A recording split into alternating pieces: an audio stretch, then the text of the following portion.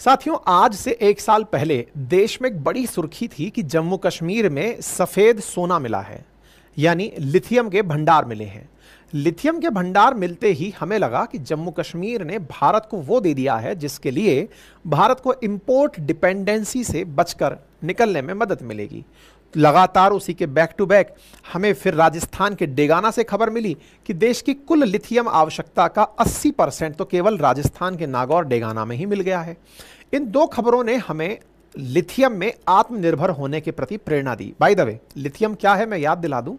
आज अगर भारत 2070 तक नेट न्यूट्रलिटी की तरफ जाना चाहता है, अर्थात प्रदूषण में जितना, नेट न्यूट्रलिटी से मतलब जीरो इमिशन की तरफ जाना चाहता है, नेट जीरो इमिशन की तरफ जाना चाहता है, तो उसमें जितना प्रदूषण कार्बन डाइऑक्साइड का हम निकाल रहे हैं उतना ही कार्बन डाइऑक्साइड को हम एक्सेप्ट भी कर लें, उसको खत्म भी कर दें, यानी प्रोडक्शन और कंजप्शन बराबर हो जाए, कार्बन डाइऑक्साइड न्यूट्रल कर दिया जाए। और इसी को ध्यान में रखते हुए हम अपने जितने भी पेट्रोल डीजल से चलने वाले व्हीकल्स हैं उन्हें अब इलेक्ट्रिक व्हीकल्स में बदलते जा रहे हैं, electricity dependent, solar system dependent करते जा रहे हैं।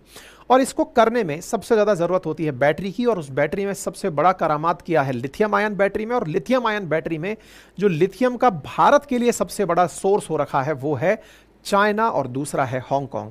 आज हम अपने लिथियम की जितनी भी आवश्यकता है उसका अधिकांश इंपोर्ट करते हैं और उसमें भी हम चाइना और हांगकांग से करते हैं। ऐसी स्थिति में जब भारत में ही लिथियम के भंडार मिले तो हमने लगा कि आने वाला समय हमारा है और ऐसे समय में हम अपने ही लिथियम भंडारों से बहुत लाभ कमाएंगे। जम्मू कश्मीर में मिली ये सूचना एक पल के लिए खुशी थी, लेकिन उसके बाद में जो चुनौतियां मिली वो चिंता का कारण बनी। और वो क्या है? खबर यह है कि जम्मू कश्मीर में कोई भी लिथियम ब्लॉक के ऑक्शन में ही नहीं पहुंच रहा। मतलब कोई भी व्यक्ति जम्मू कश्मीर से लिथियम का जो माइनिंग है उसके लिए तैयार नहीं हो रहा है। बोली लगाने ही नहीं पहुंचा कि सर ये माइंस हमें चाहिए, कोई लेने ही नहीं पहुंच रहा।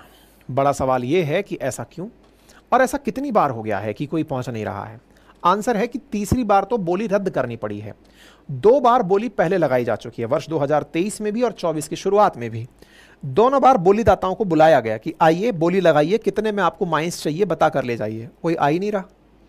सरकार का नियम है कि जब तक, सरकार ने इसके ऊपर बोली के लिए एक नियम बनाया था वर्ष 2015 में कि जब तक 3 लोग ना आ जाएं बोली लगाने, कम से कम 3 लोग ना आ जाएं, तब तक हम किसी को ऑक्शन करके जगह नहीं देंगे।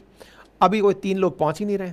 अब स्थिति ये हो गई है कि सरकार को लगता है कि उसको खुद ही चलाना पड़ेगा। भारत का जो खनिज विभाग है वो खुद ही अब अपने स्तर पर हो सकता है कि इस माइंस को चलाए। तो आज के सेशन में ये समझेंगे कि आफ्टर ऑल क्यों कोई बोलीदाता यहाँ नहीं पहुँच रहा है। तो देखिए, कश्मीर के लिथियम ब्लॉक की ऑक्शन हुई, ये सुर्खी है।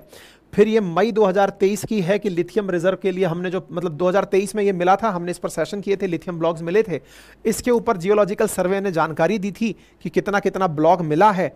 कहाँ मिला है? तो ये रियासी में मिला है, वही रियासी जहां हाल ही में जम्मू के अंदर आतंकी घटनाएं आपने सुनी हैं, वहीं पर यह ब्लॉक मिला था।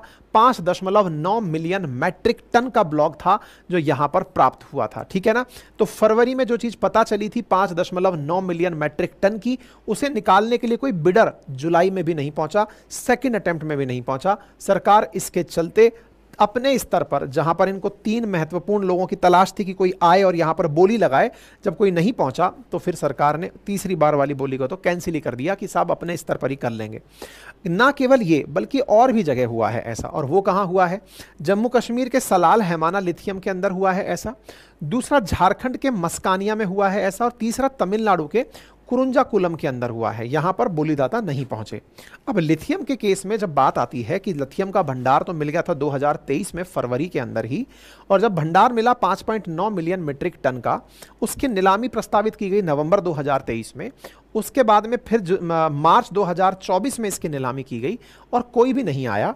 तो ये अपने आप में एक बड़ी चिंता का विषय बनता है कि ऐसा क्या हुआ जिसके चलते हम ये नहीं कर पाए। तो कारण पता चला कि सर हमारा जो रेगुलेटरी फ्रेमवर्क है वो कहता है, अकॉर्डिंग टू नीलामी नियम 2015, कि कम से कम 3 बोलीदाता यानी बिडर आने चाहिए। जब वो 3 बोलीदाता आएंगे तभी जाकर के उस कार्य को आगे बढ़ाया जा सकता है। अब दिक्कत यह है कि साहब दिक्कत क्या आ रही है, बोलीदाता आ क्यों नहीं रहे? तो पहली दिक्कत बताई गई है यहाँ का जियोलॉजिकल हर्डल। क्या है? सबसे बड़ा दिक्कत यह है कि कश्मीर में जहां पर ये माइंस और मिनरल्स पाए गए हैं ना, वो कमर्शियल वायबल ब्राइन और हार्ड रॉक डिपॉजिट्स में हैं। मतलब इसे ऐसे समझिए कि जो कश्मीर में पाया गया जो डिपॉजिट है वो क्ले के रूप में पाया गया है।